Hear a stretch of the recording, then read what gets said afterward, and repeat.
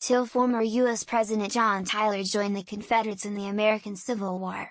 Tyler's death was the only one in presidential history not to be officially recognized in Washington, because of his allegiance to the Confederate States of America. In the last year or so, the name of John Tyler Community College was officially changed to Bright Point Community College.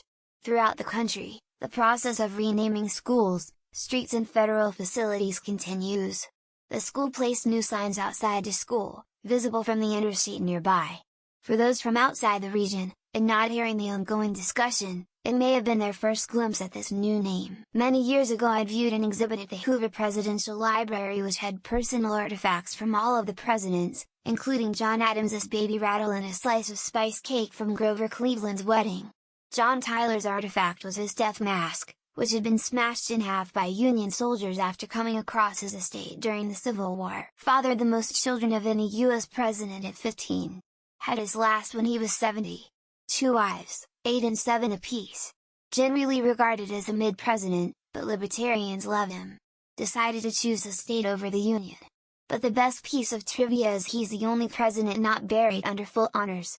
Tippecanoe and Tyler too. Tyler's death was the only one in presidential history not to be officially recognized in Washington. Since the federal government did not officially recognize his death, does this make him technically alive for federal government purposes?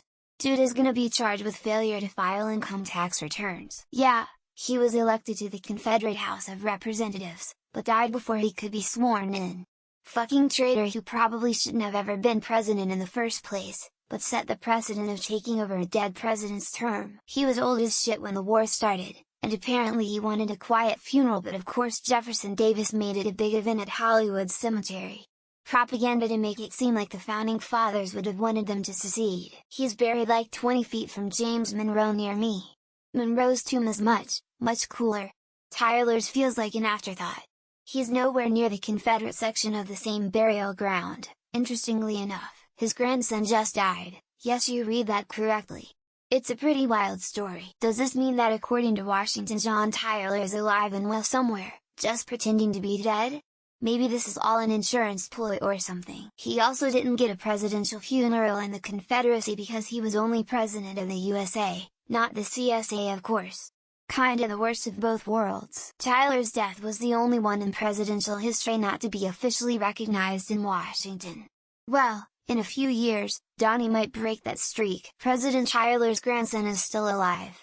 His grandfather was born in 1790 and he is still alive 233 years later. Does that mean Trump will be officially recognized a few months from now because of his allegiance to Russia? So there's precedent to not have a presidential funeral when you tried to overthrow democracy. Can we disown Donnie dumbfuck this way as well? He sided with Russia over our own government, the only one in presidential history not to be officially recognized in Washington.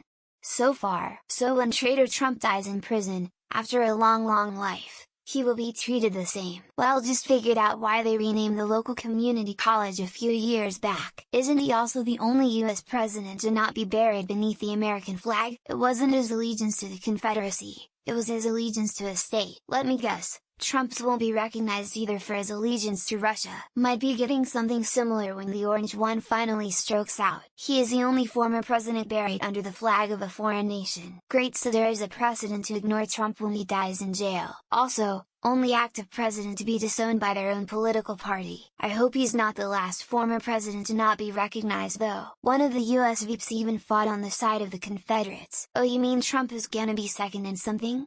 Darn, so there is precedent to ignore Trump's passing. Good, only one so far. Glances in the direction of Florida. Crazy. We really need to teach the Civil War better. That's why he's in the lesser-known president's song. Other political affiliations. Tyler Party 1844.